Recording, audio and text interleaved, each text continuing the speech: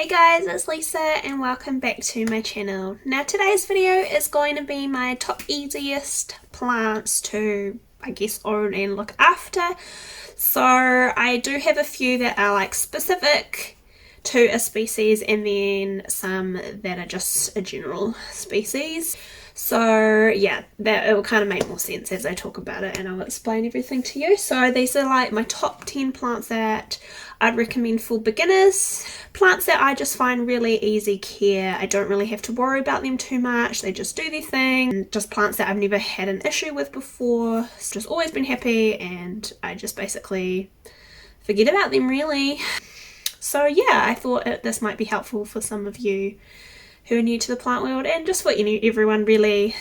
Might just be interesting to see whether my opinion is the same as yours. But yeah, anyway, I think we will just get started.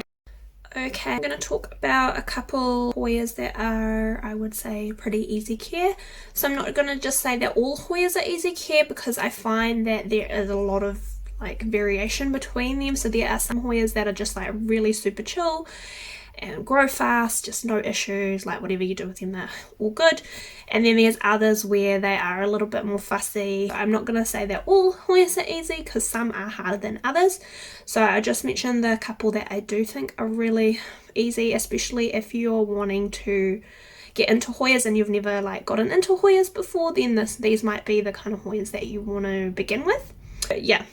So first Hoya that is super easy care is a Hoya Bella. So this is my Hoya Bella here. So yeah, I find that Hoya Bellas are really easy to look after. They're just really fast growers. Some Hoyas are just really slow, but I find that these guys are really fast. They just like go crazy. They're also really easy to propagate. This plant started off as like 2 cuttings, probably about this big. Maybe a year ago, maybe less, I'm not even sure to be honest. And I have taken some other cuttings of this and given them to my friend. I took quite a big cutting for her. Yeah, you can see it's just got lots and lots of growth points. So there's like new growth points popping out from all kinds of different nodes. And I'll try to show you, yeah.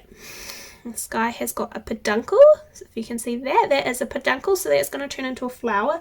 So another reason that, there's actually another one right here if you can see that. Oh, and there's one here. So yeah, another reason why I recommend these Hoyas for beginners particularly, or anyone really, is that they are prolific flowerers. So not all Hoyas will flower like ever, or they might do it like once and then never do it again, or it might be like years before they do it. But Hoya Bella I find is really just loves to flower. So this guy, you can see he's got like 4 or 5 peduncles right now. Last spring he probably had about maybe 10, maybe even more peduncles over a few months that he would just flower and flower. Like he would flower, then drop the flowers, then a new flower would start, and he was just flowering all over the show. I actually had some cuttings rooting in water that didn't have roots, and those were flowering too. So yeah, if you want a Hoya that flowers, then this is a pretty good one for you. I do find that Hoya Bella is a little bit more thirsty than most other Hoyas. So most Hoyas in general, you would treat them kind of like a succulent. You don't want to water them too much, and they really don't like to have too much water. But I do find that Hoya Bella gets a little bit more thirsty than all of my other Hoyas. But it's also really easy to tell when it is thirsty because the leaves get kind of a little bit wrinkly. Normally if I see that he's got some wrinkled leaves, then I'll just give him a little quick water. So yeah, in summertime I do probably water him a little bit more than my other Hoyas. But yeah, like I said, Hoya Bella is just super easy care, super fast grower. It just likes to do its thing really, and it's always chucking out flowers for me and new growth points, and it's going crazy. So yeah, I definitely recommend Hoya Bella for beginners, and they're really cheap too. Like you can get cuttings off of Trade Me and Instagram for like super cheap. I think I even got some cuttings of this guy in a trade, so I don't even think I paid for any of the cuttings in this pot, to be honest. So yeah, super easy. Cool. Another Hoya that I just wanted to mention that I personally find super easy is Hoya Crimson Princess. So this is my one, but recently put out this long lovely vine. It's so cute. So personally I find Hoya Crimson Princess to be a really chill Hoya. I don't know if that's just me or what. I do think that the spot that I have her in is a spot she's always been in, and she's always been happy and growing well, so I think that I did just find like the perfect spot for her, which definitely helps the situation. But yeah, I just find her super chill. She just does her own thing. I pretty much just ignore her most of the time, really. I give her a water probably in winter, like probably even once a month, if maybe 3 weeks, possibly. In summer, like probably every 2 to 3 weeks. She, again, when I notice that her leaves are quite wrinkly, then I'll definitely give her a water. But yeah, I normally just wait until the pot is really nice and light and I can see that it's really dry. So at the moment, this girl, I watered her 2 weeks ago and she looks okay, so I'm just going to leave her for another couple of days, maybe another week, and then give her a water. And yeah, that's pretty much it. She just sits in a kind of a bright and direct spot and doesn't have any extra humidity. And yeah, I just water her now and then the rest of the time she just does her own thing, and look how beautiful she is. So yeah, that's all I really have to say about her other than how beautiful she is. Yeah, I've never had any issues. She's never sulked. She's just always happy. And I can see so many little growth points at the moment, which is super exciting. So yeah, Crimson Princess, I also find her super easy. Another Hoya that I don't have that's super easy, actually two. They're very chill, Hoya canosa or a Hoya pubicalyx. So both of those are pretty common Hoyas. You can get them in most plant stores, and both of them are very easy chill Hoyas, pretty like the most basic Hoya that you can get, really. So most Hoya beginners start with those two, the pubicalyx and the canosa, and then the Bella, like I said. Okay, another species of plant that are really easy to look after are peace lilies. So I have two peace lilies. They're quite big, so I'll show you anyway. Both of mine are variegated versions. So this is my, oh god, peace lily, my Domino. So you can see he's got a leaf with a lot of white and some speckled leaves. So Domino has like speckled leaves and some like variegation, so my one doesn't have very much variegation at all. So this guy lives in pretty much, which is one of the reasons why I'm mentioning them in this video, this guy lives in a spot that is pretty much just no light, like zero light. I'll talk about that more further. I'll just show you my other one. And my other one is this guy. This is my Duchess Peace Lily. So he does kind of look more like just a regular peace lily, but the cool thing about this girl is that she has like some kind of yellowy sort of speckled variegation. So you can try to find a good leaf. So normally she's got a new leaf, you can see the variegation really well, and then it darkens. Man, these guys are so dusty though, so just I apologize about that. I'm trying to find a good leaf to show you. I don't know if you can see, but you can see it's got kind of like two colours. Yeah, hopefully you can see that on the camera. So all of the leaves, they're kind of like green, but they've got like a lime green kind of stripes and speckles.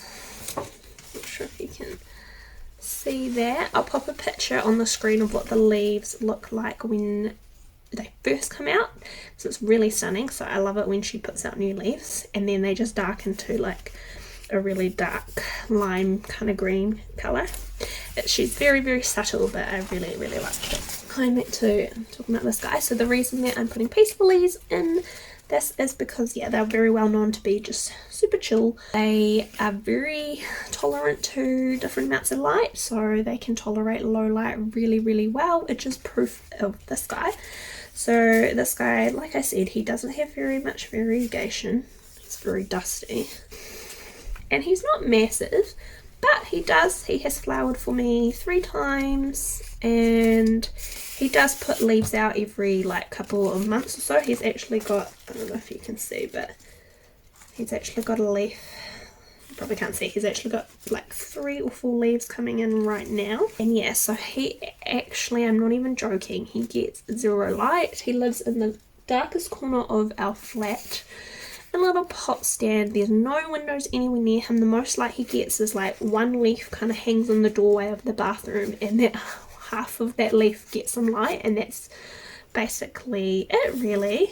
and he has survived. He has lived there for, I would say, 2, maybe 3 years now, with no light, and he still continues to grow. He hasn't died. He's flowered twice. Variegation is not amazing, but you can still see that he does still have some. He is still speckly, and some leaves have more than others. So yeah, they're just very chill. I keep my other peace lily. She does get a bit more light than this guy. She actually sits right under our TV behind this plant shelf, and she gets like probably this much of the window, so probably like this much light. And yeah, she continues to grow too. So yeah, I find peace lilies just really easy to care because they don't really seem to need too much light. And you know when they're thirsty, they get really floppy, and then you're like, cool, it's time to water you. Because both of them live in quite dark light, I probably only water them once a month. Obviously, if you have a peace lily in a bright and direct spot, you're going to be watering it a lot more than that. They do like a lot of moisture, but yeah, as soon as I see them going a bit floppy, then I'm like, cool, it's time to give you a water. And then the next day they won't be floppy anymore, and then you're like, cool, and then they're happy again. So yeah, they're just really chill. So I definitely recommend for beginners, and they don't have to be variegated. You could just get a plain one as well, and it will just be just as happy.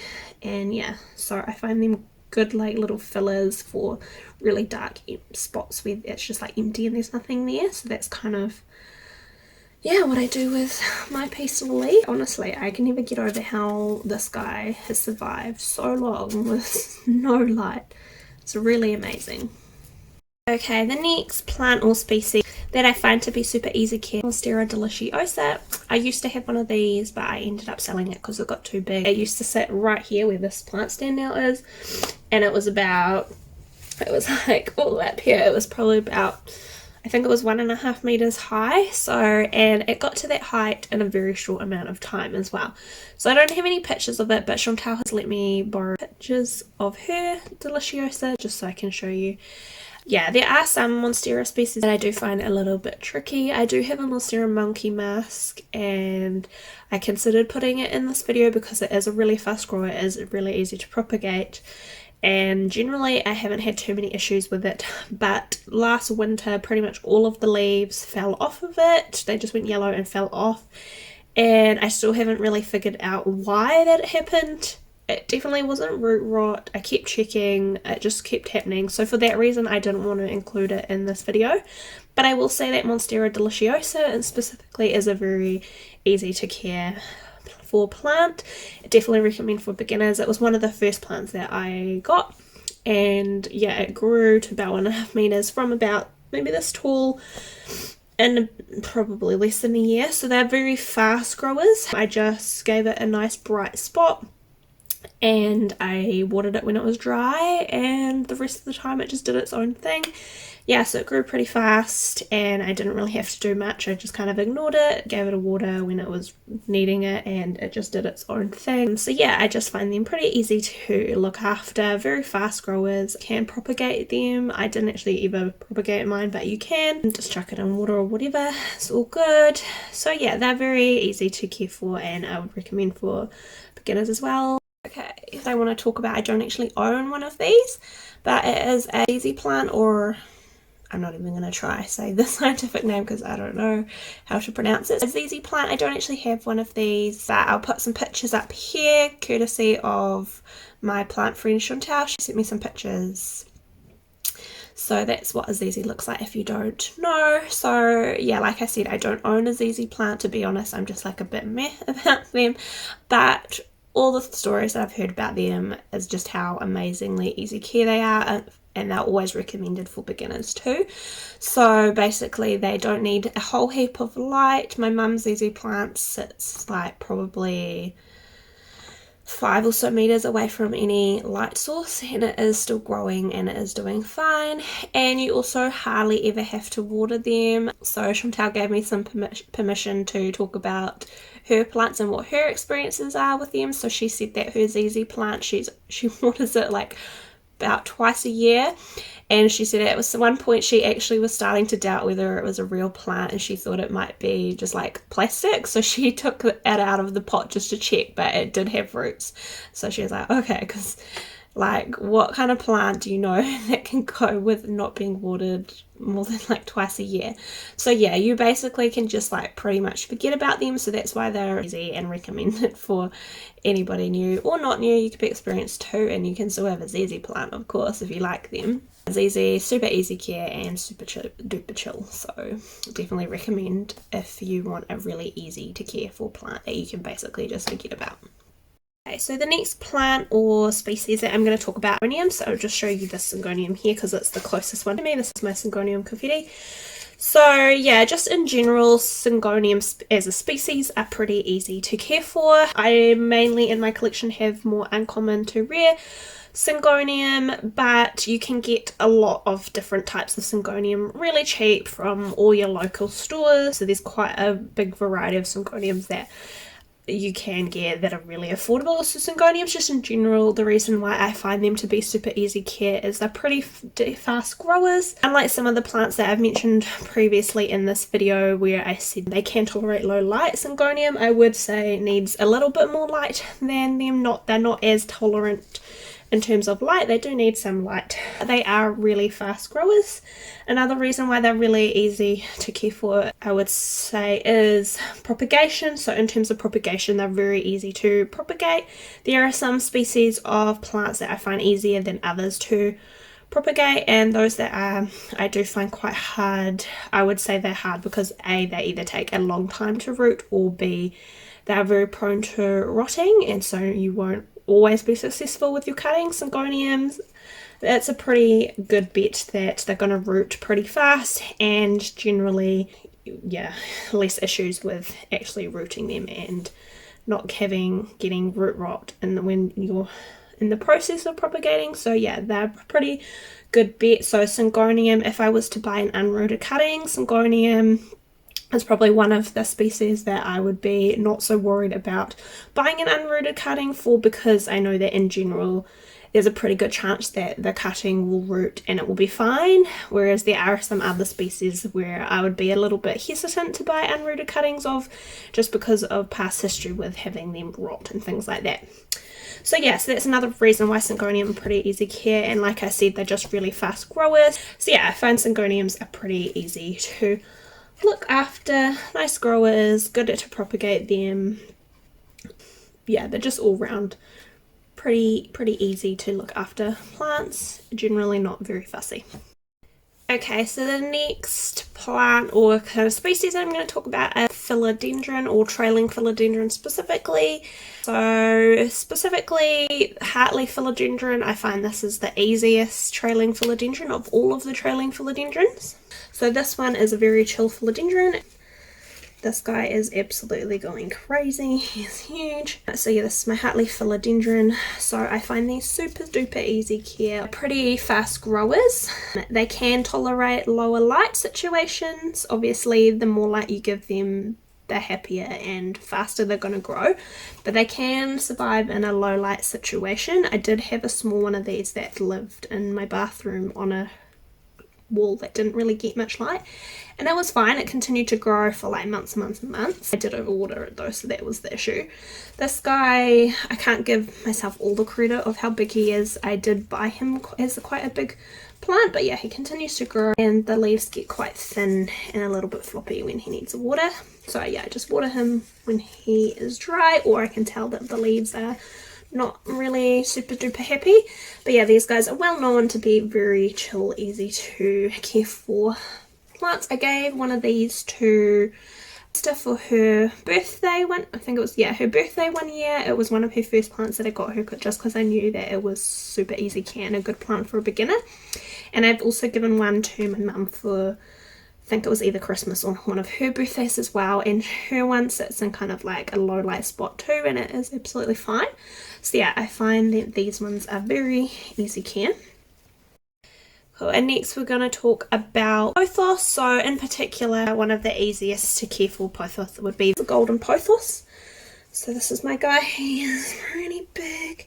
Again, I can't take all the credit. This was a plant project, golden Pythos, and it was huge. It does have my original golden Pythos in it as well, because I did have one, but it was really small and I just wanted like a really big full plant because I have it on a shelf in my bathroom and I just wanted it to be trailing. So I bought one of these from the Plant Project. I've just recently given it a trim. It's very beautiful too. So yeah, this is a Pythos, not a philodendron like the heartleaf. But again, very easy to care for, very pretty, fast growers in the right conditions. They're very, very tolerant to underwatering. So, and again, if the leaves get quite thin and floppy, then you're like, cool, it's time to water you. So I don't water this one too much. And it lives in a low light spot as well in my bathroom. So the original golden Pythos that I had lived in there for about a year. This is actually one of the leaves from my original. They're kind of, all the cuttings from that are at the back here. It grew very, very slowly, yes, because it wasn't getting much light, but it still retained some of its irrigation. Of course, these can revert to like full green or hardly any variegated leaves if there isn't enough light. So if you do have it in a low light spot, just keep that in mind, that that is a possibility that that may happen. But yeah, with enough light, they get really nice golden variegation. So these are some nice leaves here. Like I said, the Pythos, the original one of this that I had in my bathroom in that low light spot, was in there for probably a year or more, and it didn't die. It grew very slowly, but it did grow. And yeah, and it was absolutely fine. So yeah, definitely recommend these as well. Just super beautiful, very underrated, and very common and easy to get, and nice and cheap as well, which is great for a houseplant beginner. Okay, so another plant on my easy care list is actually this guy here. I'll just pick him up and show you. It is Tradescantia species. So this one is a Tradescantia, I think it's an albiflora or something like that. The name will be here. I've also got a Zebrina. I'll pop a picture here just so you can see what it looks like in case you don't know. So it's like purple and pink and stripy, and it's quite cool, and that guy lives outside. So anyway, Tradescantia are really easy care plants, I find. They're just very easy to propagate. I actually took a cutting of this guy. I took like 3 cuttings about 5 days ago, and they've already started to grow roots in water. So within like the next week they'll be ready to go. So very easy to propagate. They're quite fast growers. This plant in particular lives right here, as you can see, and it gets kind of, I would say, medium-ish light. It's still growing pretty fast. And yeah, so one of the reasons why they're so easy to care for is that they're basically a weed.